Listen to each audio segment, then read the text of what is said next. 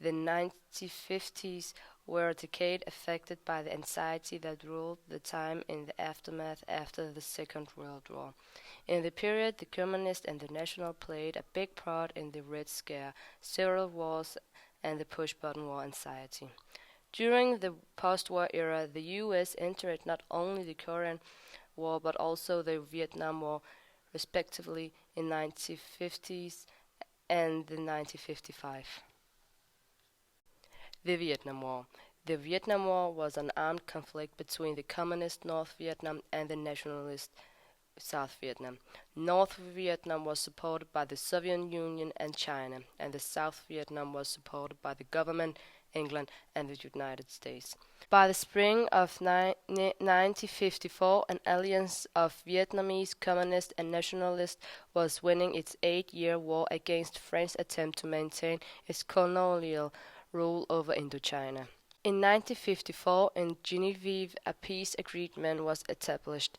It implicit that during the conference France divided Indochina into three parts: Cambodia, Laos, and Vietnam. Thus, Vietnam was divided along the 70th parallel.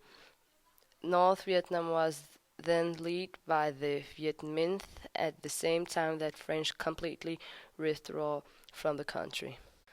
The peace agreement also dictated that by the 1956 would be held free elections throughout Vietnam, after which the country should be reunited, but the election was never held.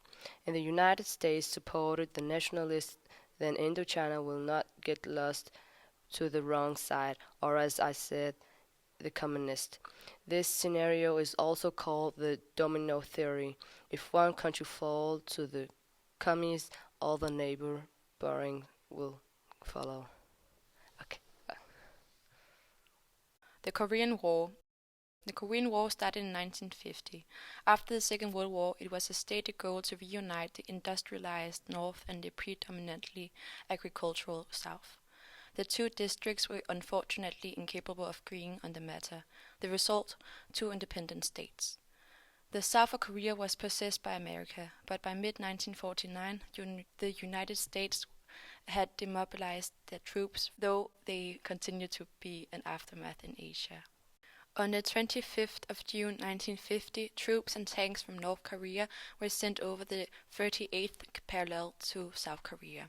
Within days, the attack developed to an international scale war, wherein the U.S. supported South Korea together with the UN.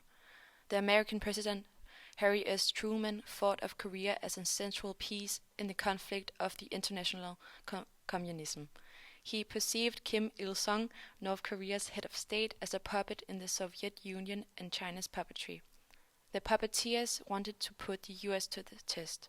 How great was America's willingness to use military force in the so-called policy of containment? Although formally it was the UN who intervened in the war with its 15 participating countries, it was actually the US who led the military action and favored by more than 90% of the Allied troops. On the 23rd of November, the varying parties agreed to end the war, but it was not until 2 years later that the war was officially over.